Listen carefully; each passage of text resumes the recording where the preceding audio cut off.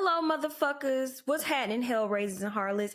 Hey there, all my bad bitches and unproblematic niggas up, down, and all around the internet. It is I, the one, the only, Kimber Shan. Don't call me Kim Ho. It's okay to be extra because I tell it like it is. And welcome to a Quickie with Kimber Shan, the show that gives you the facts, foolery, the fuck ups, tells you something, gives you some inspiration, all in 20 minutes or less. Welcome. Happy Thursday. That's when y'all will be hearing this. And we're just going to get straight into the show today. If you're watching, I'm in my mood once again where I can't see you ho. So that's why I'm shaded the fuck down. Okay.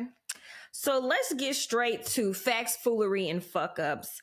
Summer Walker breaks it off with Lil Meech, and it's not looking so good. She posted on Instagram, I tried to be Jada Waiter, but I just can't. It was cute though. I wish him the best. And then she followed up with another post talking about I can't do that cheating stuff. Now, Summer, what does Jada got to do with this? Jada ain't got shit to do with you and your raggedy nigga. Like, don't compare that at all. Jada responded and said, I learned my lesson after one baby. And that pretty much shut down. Like, what else can you say after that? Because, bitch, you have 3 kids that you ain't with they daddy. So you have a song called Fourth Baby Mama. Like, sis, why throw Jada into your bullshit? That was fucked up, and I don't like that. Not damn bit. Okay.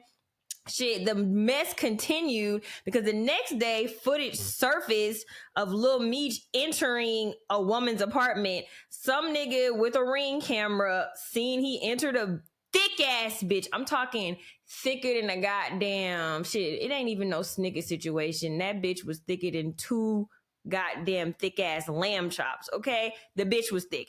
So he entered this bitch house and it was caught on a Ring camera, and apparently somebody submitted that shit to the shade room. I hope they got paid. But he follows up with this accusation and says he was helping his cousin bring some groceries into the house. Now, I'm not the smartest tool in the shed, but there was nan grocery in his hand nor the thick bitch's hand. So it's not adding up, Meech. It's not adding up and it's not making no sense. And all you ignorant ass niggas out there talking about, I'ma just bring some groceries in the house for my cousin. Y'all ignorant as a bitch. And I don't condone cheating at all. But on another note, this nigga is 23 years old. I don't expect nothing but bullshit from a 23-year-old. But that's just me. Hopefully Summer, finds her worth, finds her value, and finds a grown-ass man, because it just seems like she picks the wrong nigga repeatedly. Let's just hope that she can get out of this shit. This nigga been embarrassing her since this shit first started. Like, it's always something. Every week. First, the video of Selena Powell sucking his dick. Then the bitch wearing his chain. Then it was another bitch wearing his chain. Like, you ain't tired?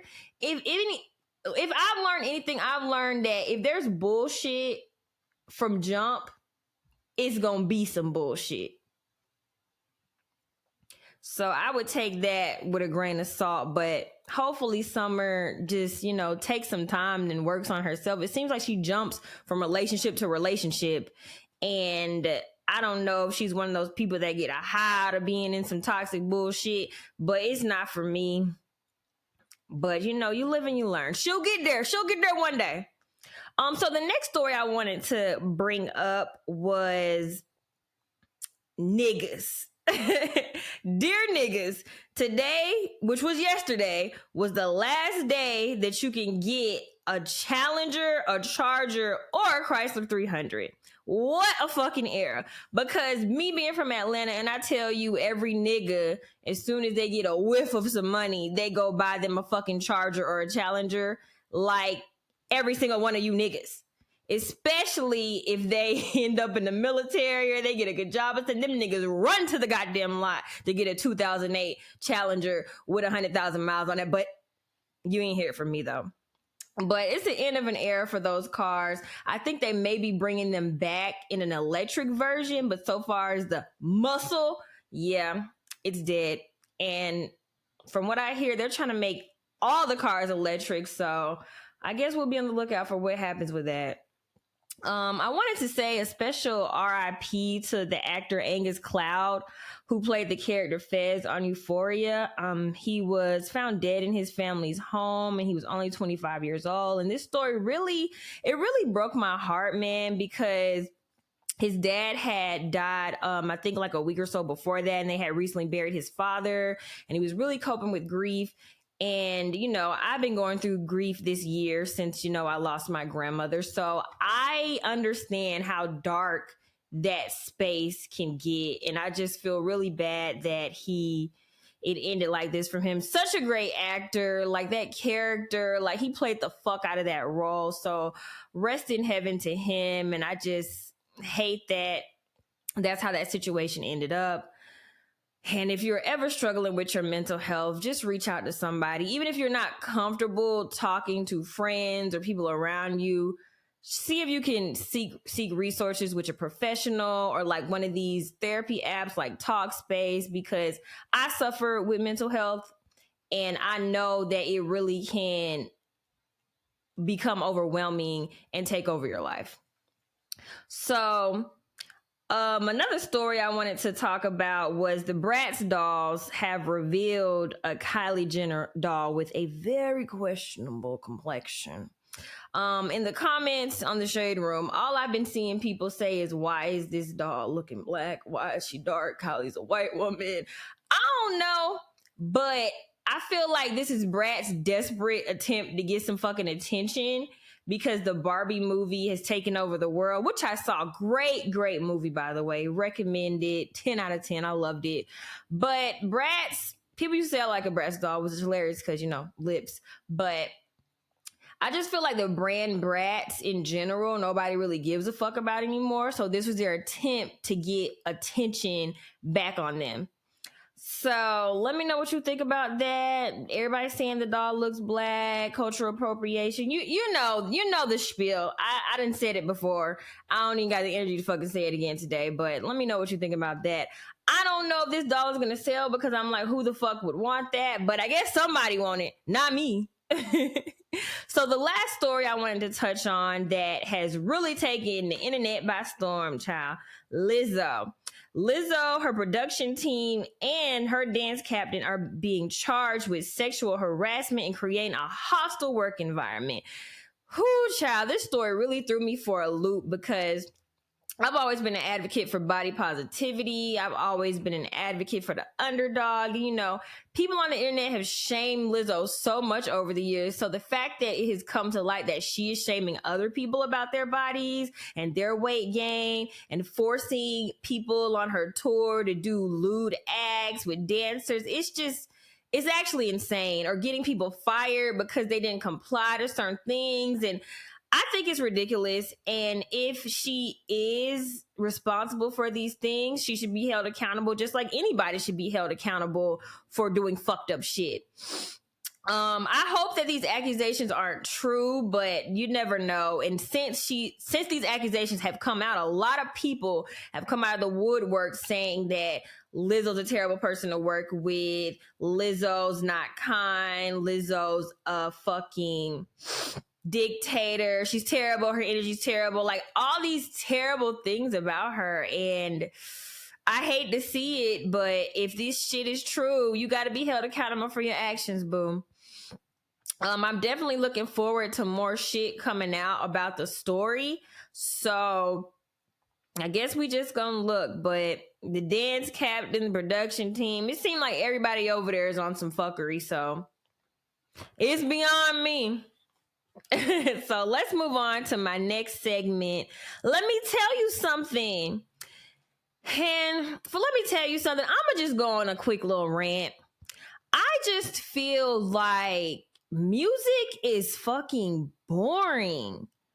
And I and many other people that look like myself, we look to music for inspiration, emotion, recognition, seeing ourselves and our journey and the experiences through the songs and the stories and the feeling. That's what music gives. It gives you life. Well, it used to, but lately it's not giving shit. There's some songs here and there, but the consistency of artists and the ability to create a body of work that I can listen to all the way through with no skips, it's rare as fuck. It's like, is creativity dying? Are niggas scared to be creative? Just bring it back, please, because I am fucking bored. Like, I scroll endlessly looking for a song to match how I feel, or a song that just gives to me. And every time I find that said song that I'm scrolling and looking for in my Apple fucking Music, it's a song that's old as fuck. Like, I'm so fucking bored. I'm bored as fuck with music. Like, the majority of the shit I listen to now is songs that are 10, 20, 30, 40, 50 years old, way before my time. But the creativity was there. And that's why that music was made, and it was built to last. And that's what is lacking now. I know I don't want to sound like one of them old heads, yeah, back in my day. No, I don't want to sound like that. But I just feel like the shit that's being created now is just not giving, and I am fucking bored. Like, I know that people have always used samples in music. That's not my problem. But I feel like there's so many more creative ways to use the samples, or I feel like there's so much more that could be done. And that's why I'm like, are people scared to like try different sounds or create new things? Or is that why they just keep repeating the same shit? I just want music to make me feel alive again, because I haven't felt that way from some new shit in quite some time. Shit, when I hear music now, I'm just like, okay, oh, this might be lit, this might be but it's just not feeding me the way it used to.